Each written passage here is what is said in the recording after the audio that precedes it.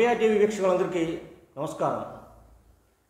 ముందుగా వార్తల్లోకి వెళ్తే, ఒక మంచి మాట, ఎవడు ఎదుటివాడి నాశనాన్ని కోరుకుంటాడో వాడికి కూడా అటువంటి నాశనమే జరుగుతుంది. అందుకే ఒకరికి మంచి చేయాలనే ఆలోచన కలిగి ఉండాలి. ఈరోజు వార్తల్లో ముఖ్యాంశాలు. రమాబాయి అంబేద్కర్కు జయంతి నివాళులు. కాంగ్రెస్పై విమర్శల వర్షం కురిపించిన మోడీ. జ్ఞానవాపికి మళ్లీ పూర్వ వైభవం. కొలకలూరు ప్రజలను సందర్శించిన నాదెండ్ల. నరసరావుపేటలో మొబైల్ షాప్ యజమానిపై దాడి. రేషన్ లేవు, రేషన్దారుల ఆవేదన. నలుగురు ప్రాణాలు కాపాడిన తిప్పవరం గ్రామ వాసులు. ఆంధ్రప్రదేశ్లో డిఎస్సి నిరుద్యోగులకు శుభవార్త. నవభారత రాజ్యాంగ నిర్మాత, ప్రపంచ మేధావి డాక్టర్ బిఆర్ అంబేద్కర్ గారి సతీమణి మాతృమూర్తి రమాబాయి అంబేద్కర్ జయంతి సందర్భంగా అభయ టీవీ ఛానల్ తరపున నివాళులర్పిస్తున్నాం. తెనాలి జనసేన పిఎస్సి చైర్మన్, మాజీ స్పీకర్ నాదెండ్ల మనోహర్ కొలకలూరు గ్రామంలో పర్యటించారు. గ్రామంలో చేతివృత్తుల వారిని కలిశారు. ఈ సందర్భంగా వారు మాట్లాడుతూ, తాత తండ్రుల నాటి నుండి వస్తున్న చేతివృత్తుల ద్వారా చాలామంది జీవనం సాగిస్తున్నారని, అటువంటి వారికి ప్రభుత్వం ఉపాధి కల్పించడం, పెట్టుబడి సహాయం అందించడం, ఇలాంటి ప్రణాళికలతో సంవత్సరానికి 500 మందికి సహాయం అందించే విధంగా జనసేన పార్టీ సిద్ధం చేసిందని వారు తెలియజేశారు. 300 సంవత్సరాలుగా జ్ఞానవాపి మసీదు వైపు చూస్తూ విశ్వనాథుని కోసం వేచి ఉన్న ఈ నందీశ్వరుని నిరీక్షణ త్వరలో ముగియనున్నట్లు కనిపిస్తోంది. కాశీలోని జ్ఞానవాపిపై 839 పేజీల ఏఎస్ఐ నివేదికను బహిరంగపరిచారు. ప్రస్తుతం ఉన్న నిర్మాణాన్ని నిర్మించడానికి ముందు ఒక భారీ హిందూ దేవాలయం ఉందని ఏఎస్ఐ నిర్ధారించింది. హిందూ దేవతల విగ్రహాలు హనుమాన్, గణేష్ మరియు శివలింగం జ్ఞానవాపి లోపల కనుగొనబడ్డాయి. విష్ణుశంకర్ జైన్ బేస్మెంట్ లోపల హిందూ స్తంభాలు కనుగొనబడ్డాయి. అనేక హిందూ విగ్రహాలు, నాగదేవతా మూర్తులు, ఓం మరియు స్వస్తిక్ గుర్తులు కనుగొనబడ్డాయని తెలియజేశారు. అతి భారీ ఆలయాన్ని కూల్చి ఈ స్థలంలోనే మన దేశంతో సంబంధం లేని వ్యక్తి అయిన బాబర్ మసీద్ని నిర్మించడం జరిగింది. అయితే ఇక్కడ గమనించదగ్గ విషయం ఏమిటంటే, ఆలయం కూల్చిన తర్వాత వచ్చిన శిల్పి కళాఖండాలను ధ్వంసం చేసి వాటితోనే మసీదుని నిర్మించినట్లు ఏఎస్ఐ వెల్లడించింది. ఏఎస్ఐ నివేదిక ఆధారంగా హిందూ ఆలయాన్ని ధ్వంసం చేసి అక్కడ అక్రమ కట్టడం జరిగిందని, హిందూ దేవతల విగ్రహాలు, హిందూ ధర్మానికి సంబంధించిన గుర్తులు, తెలుగు, కన్నడ, ఇతర భాషల్లో లిఖించిన శిలా శాసనాలు, ఆనవాళ్లు లభించాయని, వీటిని ఆధారంగా తీసుకుంటే బాబా భోలేనాథ్ భవ్య మందిర్ నిర్మాణం జరగబోతుందేమో అనిపిస్తోందని, తుది నిర్ణయం సుప్రీంకోర్టు ఇచ్చే తీర్పుపై ఆధారపడి ఉంటుందని తెలియజేశారు. తెనాలి నియోజకవర్గ మాజీ శాసనసభ్యులు ఆలపాటి రాజేంద్ర ప్రసాద్ పెళ్లి కానుకను కటివరం గ్రామంలో టీడీపీ నాయకుల చేతుల మీదుగా అందించారు. ఈ కార్యక్రమంలో పుట్టా రవి తదితర నాయకులు పాల్గొన్నారు. అసెంబ్లీ సమావేశాలకు తెలుగుదేశం పార్టీ శాసనసభ్యులు, శాసనమండలి సభ్యులు అయిన అచ్చెన్నాయుడు, అనగాని సత్యప్రసాద్ మరియు ఇతర తెలుగుదేశం పార్టీ నాయకులు ప్లకార్డ్స్ పట్టుకొని రైతులకు న్యాయం చేయాలి, బై బై జగన్ అంటూ నినాదాలు చేసుకుంటూ పాదయాత్రతో నిరసన తెలుపుతూ అసెంబ్లీకి చేరుకున్నారు. బీసీ చైతన్య వేదిక రాష్ట్ర అధ్యక్షులు వేరపల్లి శ్రీనివాసరావు ఆధ్వర్యంలో ఫిబ్రవరి 11 ఆదివారం మధ్యాహ్నం 3 గంటలకు బీసీ హక్కుల సాధనకై హలో బీసీ చెలో తాడేపల్లిగూడెం నినాదంతో బీసీ బహిరంగ సభ నిర్వహిస్తున్నారు. దేశానికి స్వాతంత్రం వచ్చి 76 సంవత్సరాలు గడిచినప్పటికీ బడుగు బలహీన వర్గాలకు అన్ని రంగాలలో సముచిత న్యాయం జరగటం లేదని, తమ ఆధిపత్యానికి ఎదురులేని అగ్రకుల నాయక పార్టీలు కొత్త ఎత్తుగడలతో బీసీల సామాజిక న్యాయం, రాజ్యాధికార ఆకాంక్షలను నెరవేరుస్తామనే మోసపూరిత వాగ్దానాలతో మళ్లీ వంచాలని చూస్తున్నారని, బీసీల సామాజిక న్యాయం కోసం చేసే ఈ పోరాటంలో భాగంగా అన్ని పార్టీలకు అతీతంగా జరుగుతున్న ఈ బహిరంగ సభను జయప్రదం చేయాలని వారు కోరారు. తిరుపతిలో ఎర్రచందన స్మగ్లర్ల దాడిలో వీరమరణం పొందిన ధర్మవరంకి చెందిన కానిస్టేబుల్ కురుబా గణేష్ భౌతికాయానికి గోనుగుంట్ల సత్యనారాయణ నివాళులర్పించి అంత్యక్రియల అనంతరం వారి ఇంటికి వెళ్లి కుటుంబ సభ్యులను పరామర్శించారు. ₹1,00,000 ఆర్థిక సహాయం అందజేసి గణేష్ కుటుంబానికి అన్ని విధాలుగా అండగా ఉంటామని భరోసా ఇచ్చారు.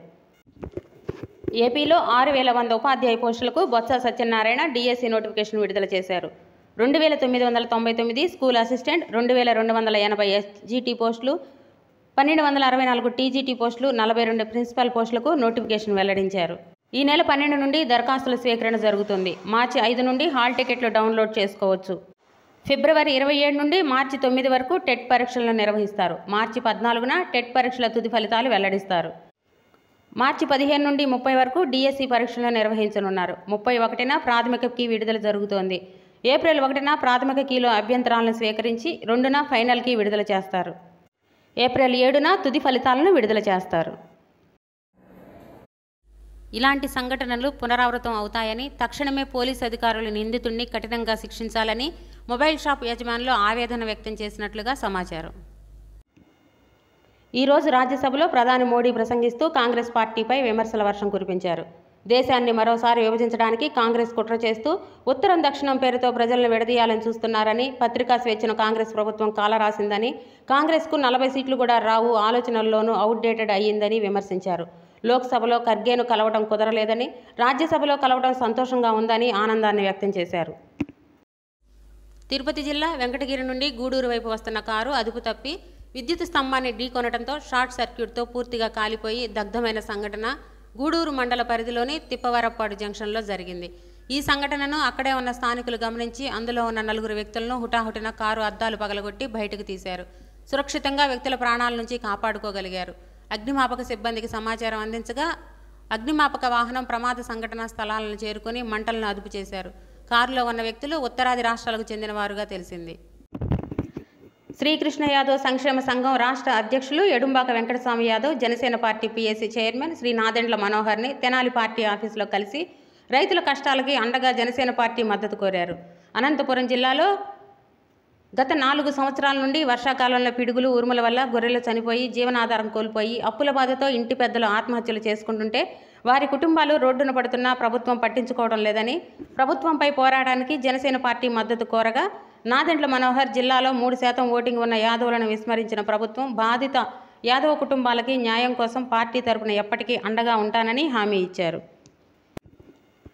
కేంద్ర ప్రభుత్వం పేద మధ్యతరగతి వారికి రేషన్ కార్డుల ద్వారా అందించే ఉచిత సరుకులను రాష్ట్ర ప్రభుత్వం కొంత వాటాతో ప్రజలకు అందిస్తున్నారు. అయితే కొన్ని రాష్ట్రాల్లో రేషన్ డీలర్ల ద్వారా, కొన్ని రాష్ట్రాల్లో ఇంటింటికి వ్యాన్ సౌకర్యాల ద్వారా ఈ రేషన్ అందిస్తున్నారు. అసలు రాష్ట్రంలోని అన్ని జిల్లాల నియోజకవర్గాల్లోనూ ఎన్ని రేషన్ కార్డులు జారీ చేశారు? ప్రతి రేషన్ కార్డుకు ఏమేమి రేషన్ వస్తువులు అందజేస్తున్నారు? అవి ప్రజలకు సక్రమంగా అందుతున్నాయా అనేది ఆలోచించాల్సిన అవసరం ఉంది. కొంతమంది రేషన్ డీలర్లు సరుకులు అయిపోయినాయి, కొన్ని సరుకులు ఈ నెల రాలేదని, సరుకులు సరఫరా చేసే వ్యాన్ వాళ్ళు కూడా సరుకులు లేవని చెప్తూ ఉంటారు. ఇలా ఎందుకు జరుగుతుంది? ప్రతి రేషన్ కార్డుకి తప్పనిసరిగా కేంద్ర రాష్ట్ర ప్రభుత్వాల ద్వారా వస్తున్న సరుకులు ఎవరి వారికి అందాల్సిన అవసరం ఉంది. రేషన్ కార్డుదారుడు సరుకు వద్దంటే అవి తిరిగి ప్రభుత్వానికి అందాలి. కానీ ఒక రేషన్ డీలర్ కానీ, వ్యాన్ ద్వారా అందించే డీలర్ కానీ రేషన్ సరుకులు లేవు, ఈ నెల రాలేదంటే అర్థం ఏంటి? అసలు ప్రభుత్వం నుండి నిజంగానే సరుకులు రావటం లేదా? మధ్యలో రేషన్ డీలర్స్ అమ్ముకుంటున్నారా? కొన్ని చోట్ల ఈరోజు ఒక రేషన్దారుడు వచ్చి రేషన్ వ్యాన్ డీలర్ను సరుకులు ఏమున్నాయంటే బియ్యం, పంచదార తప్ప ఏం లేవంటున్నారు. ఒక కార్డుదారునికి రావాల్సిన సరుకులు అన్నీ ఏమవుతున్నాయి? ఇది ప్రభుత్వ రంగ సంస్థలు ఆలోచించాల్సిన విషయం. ఈ విషయంపై కేంద్ర రాష్ట్ర ప్రభుత్వాలు చర్యలు తీసుకోవాల్సిన అవసరం ఉంది. అభయ ఛానల్ టీవీ దృష్టికి ఈ విషయం వచ్చినందువల్ల కేంద్ర రాష్ట్ర ప్రభుత్వాలకు తెలియజేస్తున్నాం. ప్రతిరోజు రాత్రి 9 గంటలకు వచ్చే మా వార్తలను వీక్షించండి, లైక్ చేయండి, సబ్స్క్రైబ్ చేయండి. నమస్తే, this is Abhay TV channel.